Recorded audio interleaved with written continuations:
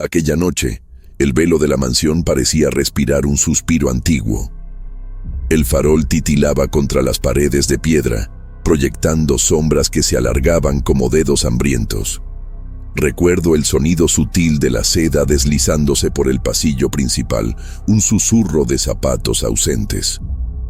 El perfume de jazmín se mezclaba con el olor húmedo de la madera vieja, y cada respiración parecía revelar secretos que nadie se atrevía a nombrar. La luna, pálida y obediente, iluminaba los vitrales color musgo de la mansión Álvarez, dándoles el matiz de unos ojos agotados. Dentro, el salón relucía en tonos de óxido y sepia. Invitaciones esparcidas, manteles doblados, copas alzadas en una celebración que nunca se concretó. Sentí el vacío subir por la escalera, peldaño a peldaño, hasta donde el vestido de novia debía aparecer. Pero en su lugar, hallé el silencio. El reloj se detuvo antes del primer brindis, y entonces, el eco de lo que no llegó. La risa, el paso, el sí. Algo se rompió, y yo estuve ahí para oír cómo quebraba. Toda la ciudad pareció detenerse, con sus campanas suspendidas en el tiempo. Esta es la historia de una boda que jamás ocurrió, de una promesa perdida en el hilo de una cinta roja, y del fantasma de algo que aún espera, como si supiera que yo regresaría. Guadalajara, 1891. La ciudad aún no se reponía del brote del año anterior, pero esa noche de diciembre, el aire cargaba con algo distinto. Se percibía el aroma de flores frescas en la banqueta, los caballos atados junto a los portones de hierro y una fila de cocheros esperando con paciencia que los invitados bajaran. La mansión Álvarez resplandecía como nunca antes.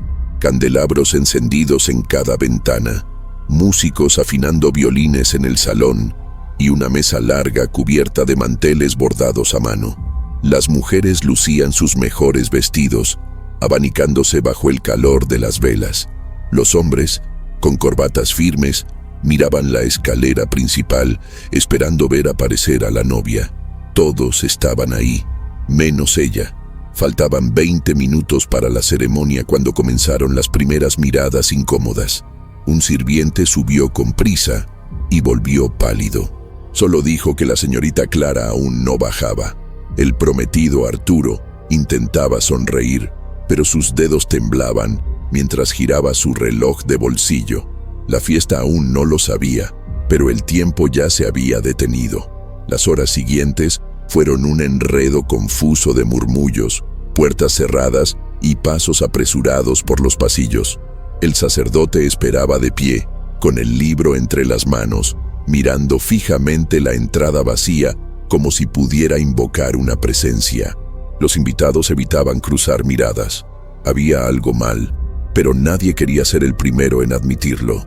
Hasta que una de las damas de honor, demasiado joven para fingir normalidad, dejó caer su abanico con un chasquido seco y corrió hacia el fondo de la casa. Algunos la siguieron. La escalera, aún adornada con hiedras y cintas blancas, parecía una lengua de piedra petrificada. En lo alto, la puerta del cuarto de la novia seguía cerrada. Un criado de edad golpeó una vez. No hubo respuesta. El crujido de la madera cediendo resonó en toda la casa. Dentro, nada. El vestido no estaba. El velo descansaba sobre la silla. El espejo cubierto con un paño oscuro. Un aroma extraño, mezcla de cera y jazmín rancio, pero de Clara, ni rastro. La fiesta se desmoronó en silencio, como una tela que se deshace hilo por hilo. La madre de la novia, doña Beatriz Álvarez, tuvo que ser sostenida por dos primas cuando se dejó caer sobre el sofá, repitiendo una frase que nadie alcanzó a comprender del todo. Arturo desapareció unos minutos, y al volver, tenía los ojos rojos y las manos manchadas con algo que parecía tinta o sangre seca. El reloj de pared dio las 8 campanadas. Luego se detuvo. Los músicos guardaron sus instrumentos en silencio. Las copas seguían llenas. El vino comenzaba a entibiarse. Un invitado juró haber visto una silueta en el último piso, una figura leve, envuelta en algo blanco flotante, pero nadie se atrevió a subir. La mansión Álvarez, en toda su grandeza, había tragado el motivo de la celebración, y en su lugar se instaló una especie de espera muda, como si todos ya supieran el final, pero fingieran no entenderlo. A la mañana siguiente, la ciudad despertó con rumores dispersos. Algunos decían que Clara había huido con un antiguo amor, otros que enloqueció al descubrir una traición, pero también había quienes juraban que ella jamás quiso casarse, que el matrimonio con Arturo fue impuesto por su padre, un pacto entre familias para rescatar negocios con la honra en juego, y que semanas antes Clara fue vista sola en el cementerio, de pie ante una tumba antigua, con una cinta roja entre las manos. El portero de la mansión, un hombre mudo desde la infancia, dibujó con carbón en el suelo lo que vio esa madrugada. Una figura blanca flotando en el pasillo, desvaneciéndose como niebla succionada por una ventana abierta. Nadie pudo decir si era delirio o verdad, pero la certeza se leía en los ojos de las criadas. Algo terrible había ocurrido esa noche, algo que sellaría para siempre el apellido Álvarez, con un destino que nadie más querría envidiar. La historia de la boda que nunca fue se propagó como fuego lento, de esos que arden por dentro antes de mostrarse. En las iglesias comenzaron a rezar por Clara, pero sin nombrarla. Arturo desapareció durante 2 semanas y volvió mudo, con canas tempranas y una mirada que evitaba espejos. Los sirvientes fueron despedidos poco a poco. Algunos decían escuchar llantos en el cuarto vacío, otros que la cama amanecía deshecha, como si alguien hubiera dormido allí. El gran reloj del salón jamás volvió a funcionar, ni siquiera con relojeros expertos. Uno de ellos dejó sus herramientas y salió corriendo, diciendo que escuchó la palabra «espera», susurrada al oído mientras estaba solo. El tiempo se detuvo ahí, para siempre. Frente a la mansión, todas las flores se marchitaron la misma semana, como si se negaran a presenciar lo que vendría. Las ventanas se mantuvieron cerradas durante meses, pero siempre había una que aparecía abierta al amanecer. Siempre la misma, la del cuarto de la novia. Era como si la casa se negara al olvido, como si gritara en silencio que algo había quedado inconcluso. Los vecinos más viejos comenzaron a cruzar la calle al pasar por allí, y los más jóvenes se atrevían a jugar retos nocturnos, golpear 3 veces el portón, esperar escuchar el susurro de una promesa nunca dicha. Algunos regresaban temblando, otros con la mirada vacía, y uno, solo uno, jamás volvió. Su nombre fue borrado de los registros del pueblo, como si olvidar fuera mejor que recordar, pero nadie lo dudaba. Clara seguía ahí, o peor, seguía esperando. El vestido fue hallado días después, colgado cuidadosamente en la parte trasera de un armario sellado. Estaba intacto, sin desgarros, sin manchas, pero impregnado de un olor dulce y podrido, como flores dejadas en una tumba. La cinta roja, que debía adornar su cabello, estaba amarrada en forma de nudo, con las puntas chamuscadas. La costurera que lo confeccionó fue llamada para verificar la prenda, pero al verla, rompió en llanto y se negó a tocarla. Dijo que había hecho 2, uno para la boda, otro para el entierro, y que en la última prueba, Clara miró al espejo cubierto y dijo, casi sonriendo, «Este será mi velo». La mujer no volvió a coser jamás. Quedó viuda poco después y pasó sus últimos años repitiendo en delirio, «Ella eligió, no fue accidente, ella eligió». Había un retrato de la novia en el pasillo lateral de la mansión, pintado semanas antes de la ceremonia. En él, Clara aparecía sentada, manos en el regazo, ojos hacia abajo. Pero el detalle más inquietante no estaba en ella. Estaba detrás. En el reflejo del ventanal del fondo del salón, una figura oscura parecía observarla. De pie, el pintor, interrogado años después, juró que aquello no estaba cuando terminó la obra, pero la sombra aparecía en el marco, visible para todo el que se acercara. Cuando le preguntaron, dijo solamente, tal vez ya la esperaba otro altar, y se negó a volver a pintar. El cuadro fue retirado de la pared, pero donde sea que lo colocaran, el reflejo volvía a aparecer. como un ojo fijo, esperando el momento en que todo comenzó a romperse.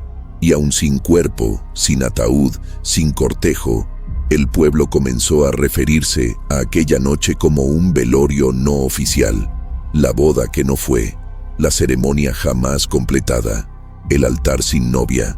Las campanas no sonaron, pero muchos juraron haberlas oído, amortiguadas, en el momento exacto en que el reloj se detuvo, como si el tiempo, ahí dentro, fuera otro, como si un rito secreto se llevara a cabo en paralelo, algo entre amor y castigo, algo entre deseo y abandono. Y yo estaba allí. Sentí el frío trepar por las paredes, ese silencio que se esparce cuando todos entienden, aunque nadie diga nada. Algo fue interrumpido, pero no todo se quedó atrás. El cuerpo apareció la tercera noche después de la desaparición, no en un cuarto cerrado, ni en algún pozo olvidado en el jardín, como muchos temían. Estaba en el mismo salón principal, justo debajo del gran candelabro central, como si algo o alguien hubiera esperado a que todos se fueran. La primera en verlo fue Tomasa, una criada antigua. Entró al amanecer para limpiar los restos de la fiesta que nunca fue. El mantel seguía puesto, pero las flores ya se pudrían y el vino había formado una película espesa sobre las copas de cristal. Cuando levantó la vista, vio el vestido flotando en el aire. No gritó, no corrió, solo cayó de rodillas, como si reconociera algo sagrado y terrible al mismo tiempo. El vestido blanco colgaba del techo, aún limpio, y los pies de la novia se mecían lentamente sin tocar el suelo. El silencio ahí era tan denso que Tomasa juró escuchar el crujido de la cuerda antes de que el cuerpo se moviera. Y entonces, algo se quebró dentro de la casa. Un aliento antiguo, un murmullo que bajaba desde el techo. La maldición había comenzado.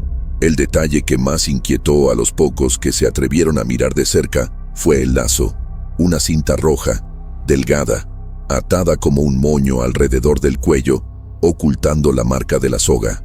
No era algo improvisado, estaba ahí con intención, como símbolo, como advertencia. Los sirvientes se negaron a tocar el cuerpo, y Arturo el prometido desapareció otra vez. Solo el sacerdote de la parroquia vecina entró a la mansión a rezar un latín que rozaba las paredes como una navaja, pero ni él lo terminó. Cuentan que al ver los ojos entreabiertos de la novia, se cayó, cerró el libro y se fue con pasos duros. Las ventanas fueron cubiertas con sábanas negras. El cuerpo quedó ahí 3 días, porque nadie podía bajarlo. El carpintero que iba a hacer el ataúd se negó. «Esa alma no quiere madera», dijo. «Quiere que la recuerden». Nadie tocó la cinta roja. Quedó allí, tensa, perfecta, como si fuera parte del propio ahorcamiento. El jefe de policía de la época, un hombre cínico y riguroso, declaró públicamente que fue suicidio. Dijo que Clara sufría de histeria, que el compromiso había alterado su mente. Pero los archivos muestran algo extraño. Ni marcas en las muñecas, ni signos de lucha.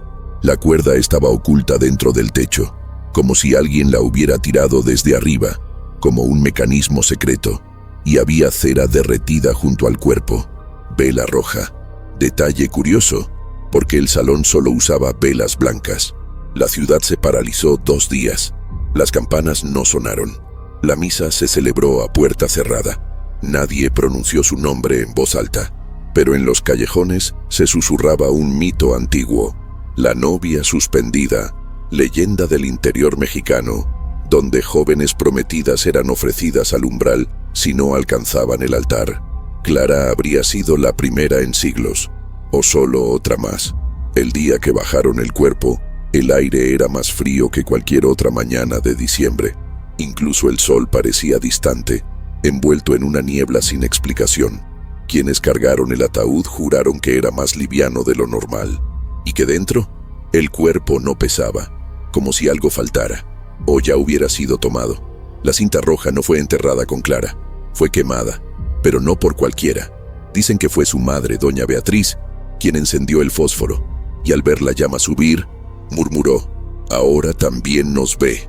Desde entonces, Beatriz vagaba por la casa, hablando con el vacío, recitando votos de boda frente al espejo de la entrada. Siempre había una silla vuelta hacia la pared en la sala. Nadie la tocaba. Era para Clara. Desde esa noche, la mansión dejó de ser una casa. Se volvió un santuario sordo y frío. Los retratos giraban por sí solos, como si no quisieran mirar. El reloj, detenido desde la noche del casamiento, ahora hacía un clic seco a las 3 de la mañana, sin engranajes. Las criadas dormían en grupos, con rosarios en la mano. Decían oír pasos en el piso de arriba, telas arrastrándose por el corredor y un sonido ahogado de madera cediendo, como si alguien se meciera en el aire, pero no había cuerda, ni cuerpo, solo la sensación, la certeza de que Clara seguía ahí, no como fantasma vengativo, sino como presencia inquieta, incompleta, algo que no salía, porque aún esperaba ser llevada al altar. Dicen que en ciertas madrugadas, las velas del salón se encendían solas. No todas, solo una, roja, justo debajo del sitio donde hallaron el cuerpo.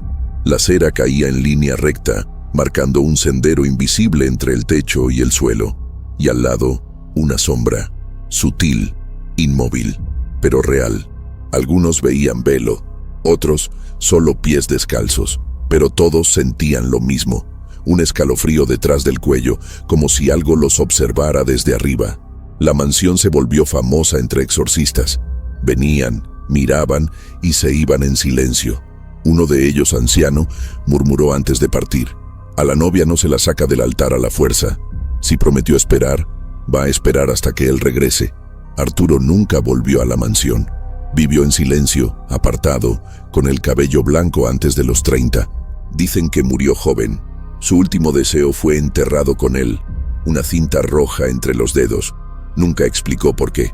Solo escribió en su testamento: ella sigue ahí, y yo aún la escucho. La cinta fue hallada días después, atada otra vez al candelabro de la mansión, con el mismo nudo, como si hubiera regresado sola. Se prohibieron las visitas, se cerraron las puertas, pero todos sabían: lo que comienza con un nudo, termina con un recuerdo. Y el recuerdo de Clara no podía ser borrado, solo contado, repetido, revivido, porque lo que ocurrió no fue solo muerte, fue rito, fue pacto.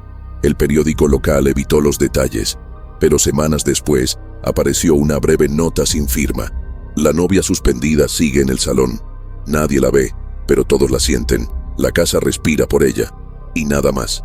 Sin embargo, los registros municipales revelan que meses más tarde, 3 novias que intentaron casarse en la capilla local sufrieron accidentes inexplicables. Una cayó de la escalera sin razón. Otra desapareció, dejando solo el vestido doblado en el altar. La tercera fue encontrada inconsciente frente al espejo de la mansión, sin saber cómo llegó. Todas, sin excepción, llevaban algo rojo atado al cuello. Lazos delicados, ritos repetidos, como ecos. Los ancianos del pueblo dicen que la casa se volvió altar de duelo. No importa cuántas décadas pasen, la cinta roja reaparece, atada a ramas, colgando de picaportes, dejada en las bancas de la iglesia. Clara no se fue, o se fue, pero algo de ella quedó cosido a esa casa, a esa noche, a esa promesa nunca cumplida. El ahorcamiento no fue solo una muerte, fue el sello, la sentencia que une a toda la familia Álvarez a un ciclo invisible, siempre con una mujer al centro, siempre con un velo.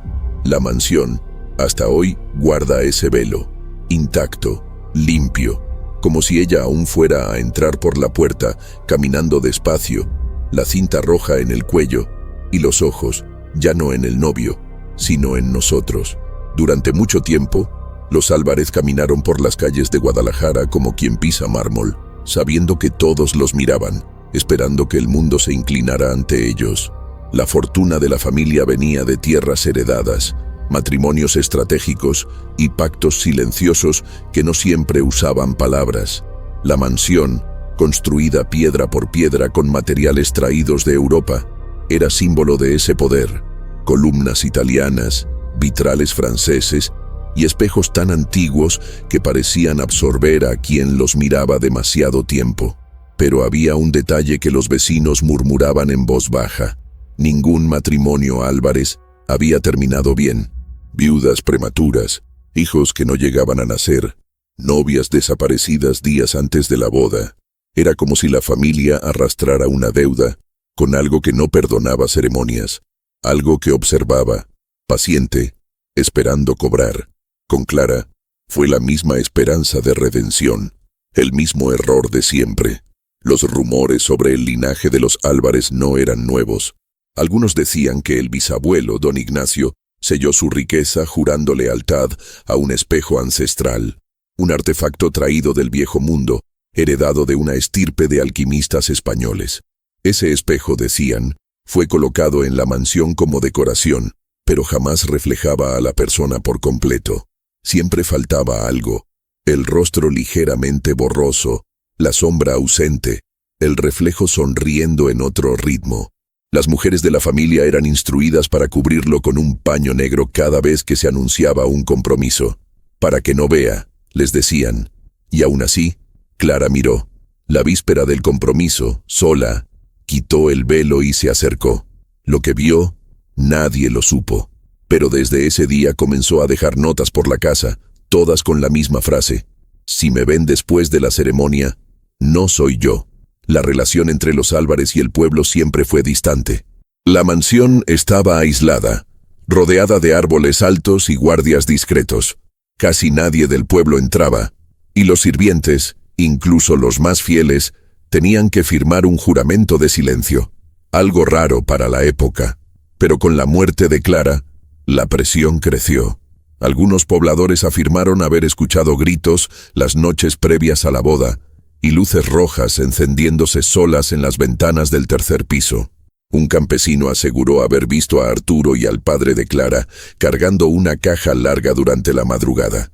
Una partera local declaró ante la policía que fue llamada días antes, pero que al llegar la rechazaron sin explicación. Había sangre en los escalones, dijo, y nadie estaba enfermo. Después del ahorcamiento, los miembros restantes de la familia comenzaron a comportarse de forma extraña. Doña Beatriz cayó en un estado de mutismo y solo se comunicaba por notas. El patriarca, don Guillermo Álvarez, se encerró en su cuarto con libros antiguos y un altar hecho de pequeños espejos. Por las noches se oían vidrios rompiéndose y risas apagadas. Un primo, joven militar, intentó enfrentarlo. Desapareció esa misma semana. Su cuerpo apareció días después, desnudo y sin ojos, en el campo donde la familia solía cazar faisanes. Las autoridades encubrieron el hecho, y el apellido Álvarez dejó de ser pronunciado con respeto. Pasó a evitarse, como si decirlo en voz alta fuera abrir la puerta a algo que no debía despertar. En el centro de todo estaba el espejo, siempre cubierto, pero presente. Las criadas decían escuchar respiración detrás del paño. Otras veían gotas de humedad formarse por dentro del vidrio, como si fuese una ventana entre mundos. Una niña que lo tocó por accidente perdió el habla. Una prima lejana intentó sacarlo de la casa, para venderlo o destruirlo. Pero el caballo que la llevaba se desbocó y murió antes de cruzar el portón. El espejo quedó, intacto, callado, como si esperara algo más. A Clara, tal vez, o al siguiente nombre en la línea, porque una maldición no se conforma con sangre, quiere continuidad. En las décadas siguientes, descendientes de los Álvarez se dispersaron por el país, intentando cortar vínculos. Muchos cambiaron de apellido, otros se metieron a monasterios o se perdieron en el campo. Pero las coincidencias seguían. Una joven en Oaxaca fue hallada colgada en el ático con una cinta roja atada al tobillo. Única heredera por parte materna, nieta de Guillermo. Un abogado en Puebla desapareció horas antes de casarse. Su última nota decía: ella me llamó desde el espejo. Los archivos familiares fueron sellados en notarías y aún hoy existen documentos inaccesibles, incluso bajo orden judicial. La sangre quiere olvido, pero algo la jala. Un hilo invisible, una cinta. siempre roja. Una noche, un sacerdote excomulgado tocó a la puerta de la mansión. Decía haber soñado con Clara 7 noches seguidas, que ella pedía ser escuchada, no enterrada, que juró proteger algo. El cura estuvo 3 días en ayuno, caminando por los corredores y escribiendo en un cuaderno. Al final, dejó una frase escrita en la pared del cuarto de Clara con carbón. No fue ella, fue la promesa. Después desapareció. El diario jamás apareció, pero donde dormía quedó marcada en el techo la huella de una soga, a la misma altura del candelabro. La familia selló el cuarto, ladrillo por ladrillo, pero nadie se engañaba. Una promesa firmada en la sombra no se borra con cemento. En el pueblo, algunas mujeres mayores aún hacen oraciones específicas en días de boda, especialmente si hay espejos en casa. Encienden una vela blanca y una roja, repiten 3 veces el nombre de la novia y soplan suave, para que no sea vista antes de tiempo. La leyenda se volvió ritual casero. En las escuelas, la historia aún se cuenta en susurros. Jóvenes se retan a decir la frase de Clara frente al espejo. Si me ven después de la ceremonia, no soy yo. Algunos se ríen, otros juran ver sus ojos apagarse por un segundo. Un niño se desmayó tras hacerlo. Al despertar, repetía una sola palabra: prometida. El apellido Álvarez desapareció de las listas oficiales, pero la mansión sigue en pie, cerrada, como si esperara el momento exacto para abrirse otra vez. Quien la ve hoy, cubierta de musgo y hiedra, siente un pulso raro en las paredes, como si el corazón de la casa siguiera latiendo al ritmo de una memoria antigua. La familia puede esconder rastros, negar el espejo, evitar la cinta, pero lo que se promete en la sombra no se olvida con la luz. Y una casa donde una novia murió, también es una casa donde una novia aún espera. La maldición de la mansión Álvarez no terminó con Clara, solo comenzó a respirar. Con los años, las señales dejaron de ser sutiles. Era como si la casa, y todo lo que tocaba, llevara una fiebre invisible, algo que vibraba por debajo de lo real, distorsionando el tiempo, confundiendo los ojos. Quienes entraban sin permiso decían olvidar a qué habían ido. Perdían minutos, a veces horas. Un jardinero contratado para limpiar la parte trasera desapareció 3 días. Al volver, caminaba en círculos repitiendo que la marcha nupcial estaba por comenzar. El gran reloj, detenido desde el ahorcamiento, sonaba una sola vez a las 3 de la madrugada. Solo un campanazo, nunca más. Los vecinos notaban cosas extrañas, espejos que se empañaban sin razón y voces femeninas susurrando votos en latín durante noches de lluvia. Nadie sabía de dónde venían, pero todos entendían que algo seguía pendiente. Con los años, el apellido Álvarez se volvió un susurro prohibido. Las familias cercanas impedían que sus hijos se relacionaran con descendientes de esa línea.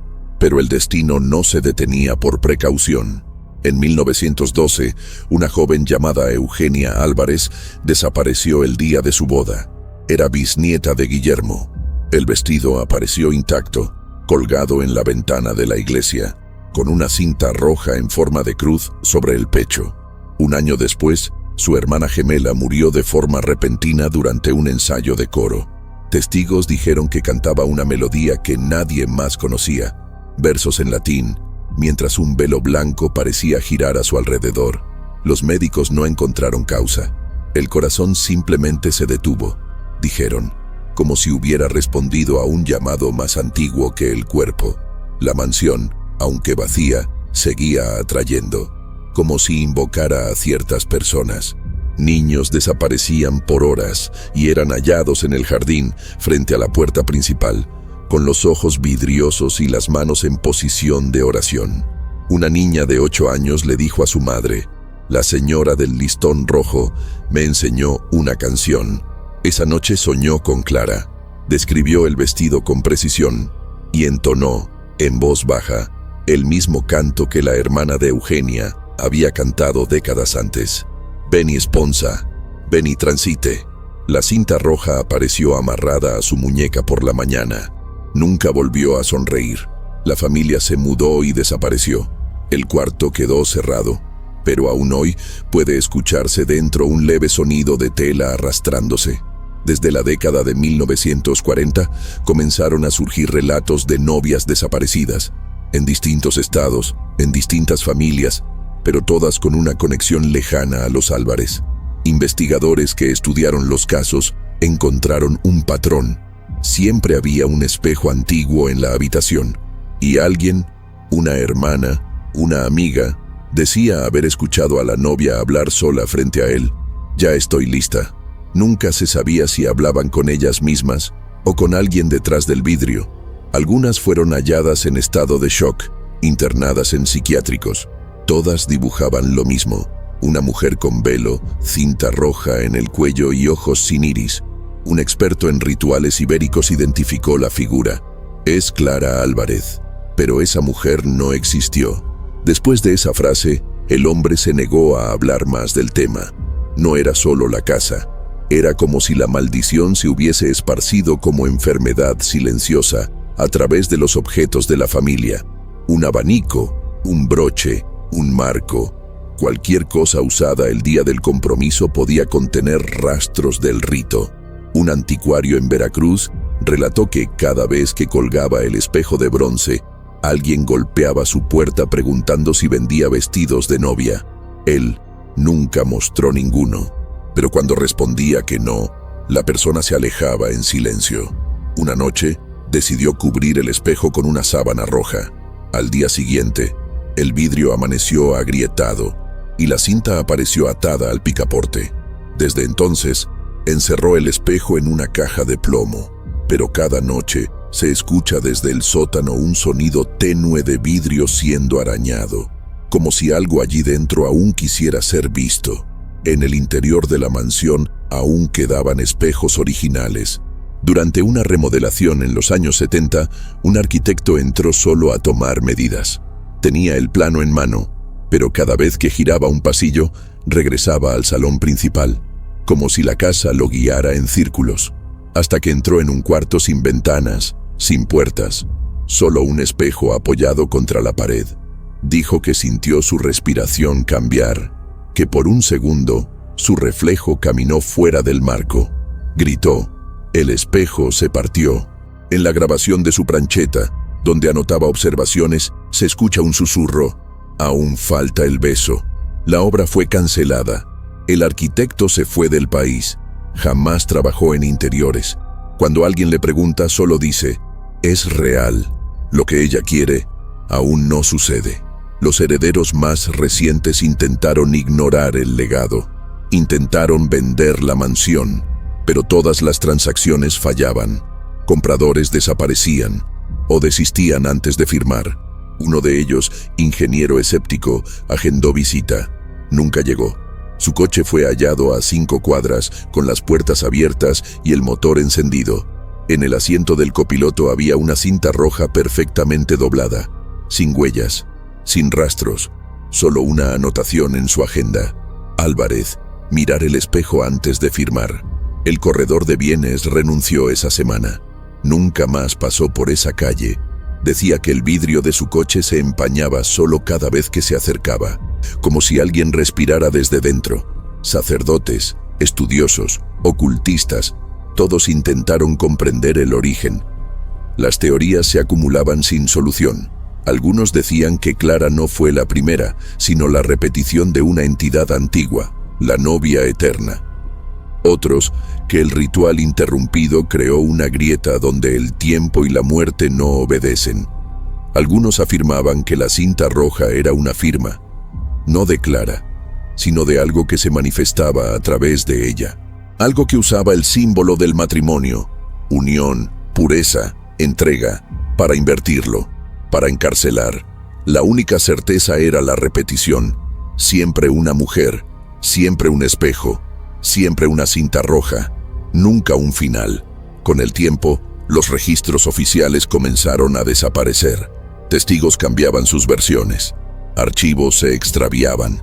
Notarías negaban la existencia de bodas mencionadas por las familias. como si la historia misma quisiera borrarse, pero los susurros permanecían. En cada ciudad donde una novia desaparecía, alguien hablaba de la leyenda. Era de la línea, tocó el espejo, usó la cinta, y aunque todo pareciera coincidencia, quedaba la mirada de las madres con hijas en edad de casarse, mirada de miedo callado, de súplica, como quien sabe que algunos altares no son templos, sino trampas, que bajo el velo puede esperarte no un esposo, sino una herencia. Hoy, más de 100 años después, el vestido de Clara sigue en el mismo lugar. Nadie sabe cómo. Las telas no duran tanto, pero ahí está, blanco, limpio, suspendido en el aire por un gancho que nadie recuerda haber instalado. El viento no lo toca, el polvo no lo alcanza, y por la noche, algunos aseguran que el vestido se mueve, no flota, camina, como si recorriera, paso a paso, un pasillo invisible hacia un altar que jamás existió.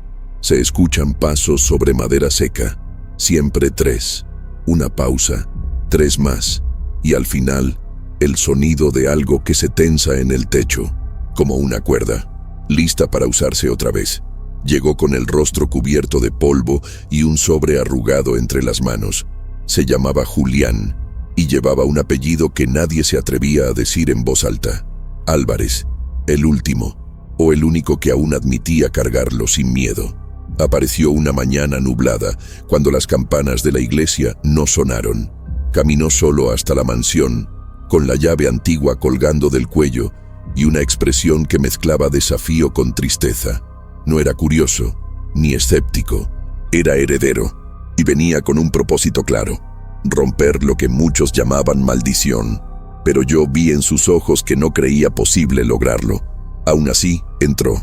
Las puertas, cerradas durante décadas, se abrieron al primer toque, y lo que salió de la casa no era viento, era respiración. Julián no buscaba respuestas, buscaba el origen. Llegó con documentos viejos, archivos familiares, fragmentos de diarios y una copia del plano original de la casa. Se instaló en el antiguo estudio de Guillermo, limpió el polvo con sus propias manos, encendió velas y comenzó a vivir ahí, entre páginas y sombras. Leía durante el día, escribía durante la noche. Una vez me dijo: no quiero echarla, quiero entender por qué se quedó. Creía que Clara aún habitaba la casa, pero no como un espíritu de sufrimiento. Para él, era guardiana, un eco de lo que nunca se completó, un alma en vigilia. Los primeros días, la casa permaneció en silencio, pero en la quinta noche, los espejos empezaron a empañarse solos, y el reloj, detenido por un siglo, dio una sola campanada, a las 3:11. A la mañana siguiente, Julián encontró una cinta roja sobre su cama. Estaba perfectamente doblada, como dejada por manos cuidadosas.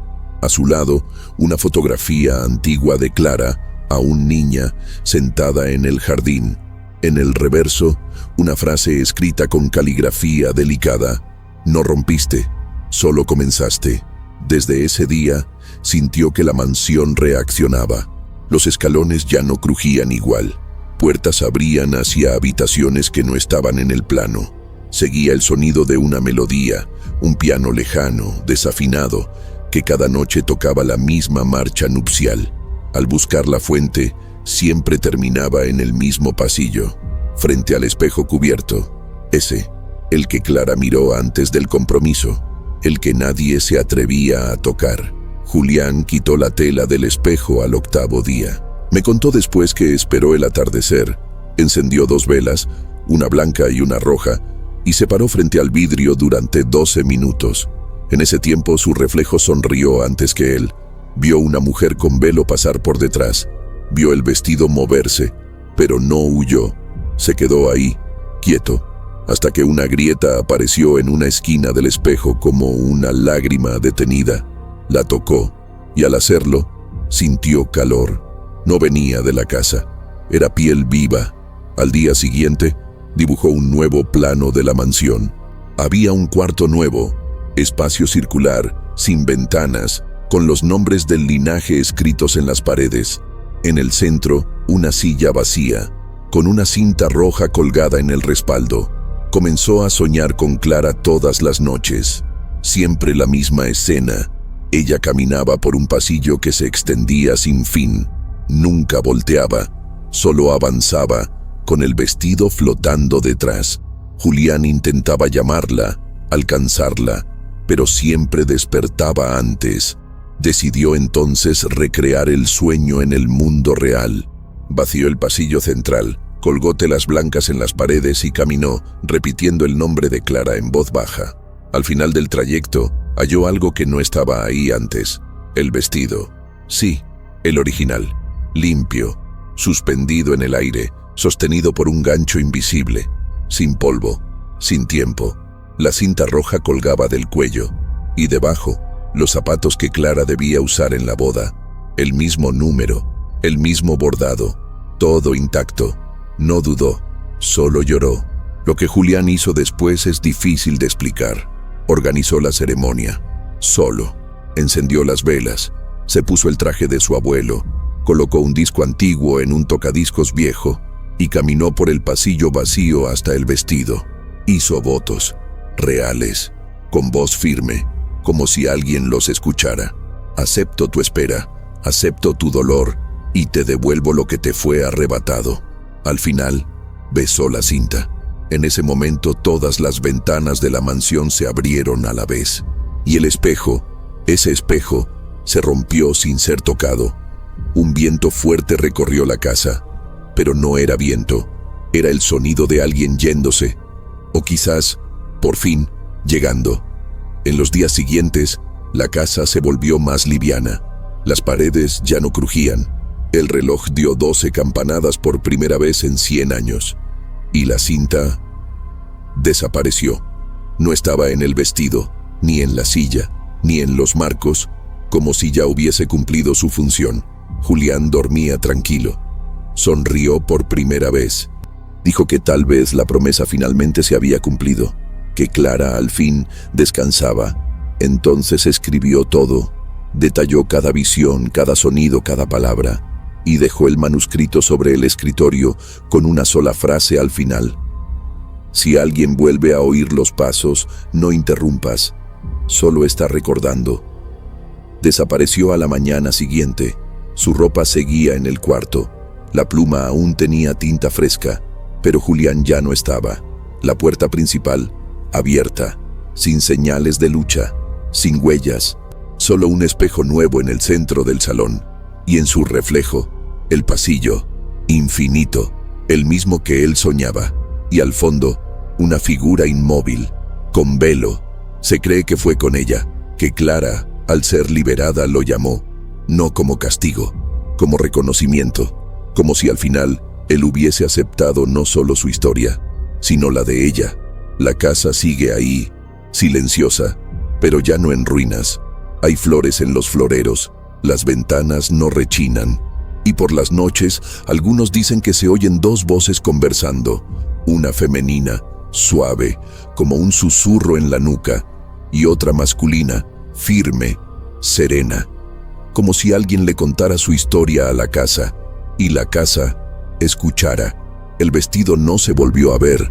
El espejo fue encerrado en el ático, sellado con símbolos antiguos.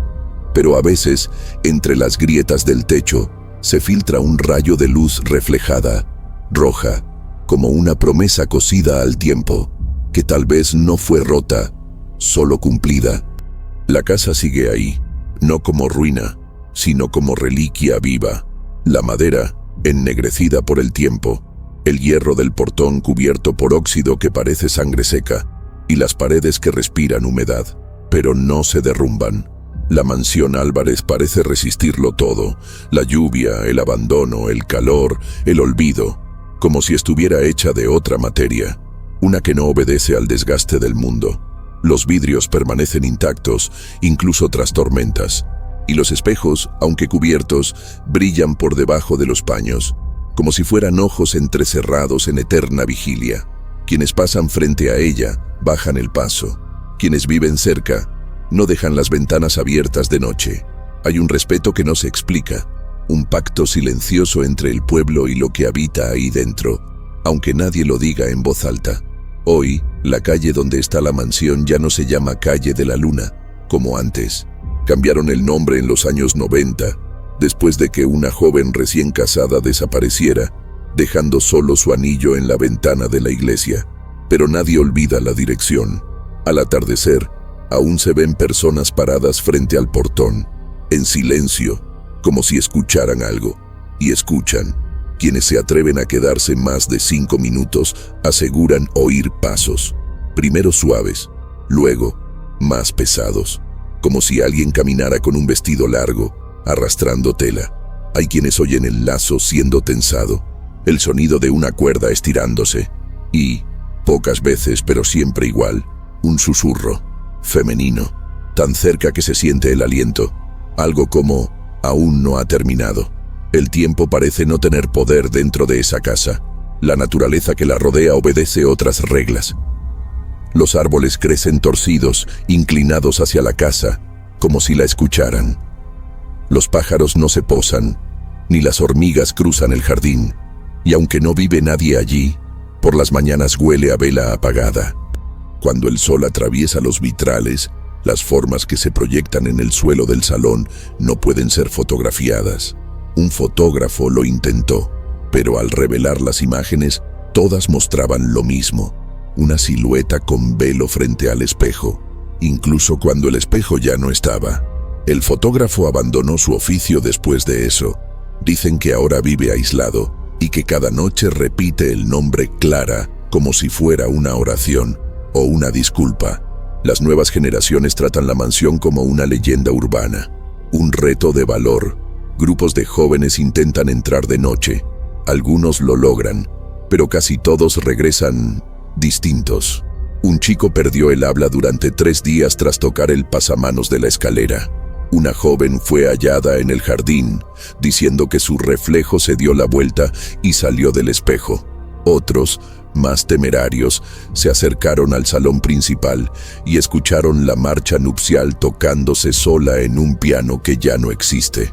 El relato más inquietante fue el de una adolescente que dijo haber visto un vestido caminando por el pasillo, solo, flotando, y que por donde pasaba, los espejos se empañaban y lloraban gotas de cera roja. Algunos investigadores aún intentan documentar los eventos, pero muchos archivos desaparecen. Un historiador viajó desde España para estudiar el caso y pasó semanas escribiendo. Al final, dejó un cuaderno con 243 páginas, lleno de fechas, dibujos y teorías. Pero al intentar publicarlo, todas las hojas estaban en blanco. Solo una frase en la última página. Ella sigue esperando. El historiador renunció a su trabajo y se mudó a un pueblo remoto. Nunca volvió a hablar del tema. Cuando se le pregunta, sonríe y dice, no era una historia. Era un llamado. Y tal vez tenga razón. La mansión no quiere ser explicada, quiere ser escuchada. Algunos sacerdotes afirman que el espíritu de Clara no es un fantasma, sino un eco ritual. Algo que se repite porque fue interrumpido. Un rito quebrado en su punto más alto. Y por eso, condenado a repetirse. Otros dicen que no es Clara quien habita la casa, sino el instante. El momento exacto en que todo debía suceder, y no sucedió, como una arruga en el tiempo, una pausa donde la eternidad se dobló, y ahí se quedó, suspendida, atrapada entre el sí y el nunca. Por eso tal vez su presencia nunca sea violenta. Es triste, ceremonial, una espera que no grita, solo observa, y respira, y recuerda. Recientemente alguien intentó comprar la propiedad. Una mujer extranjera, coleccionista de lugares embrujados, hizo una oferta generosa, pero después de visitar el salón y ver el lugar donde apareció el vestido, desistió.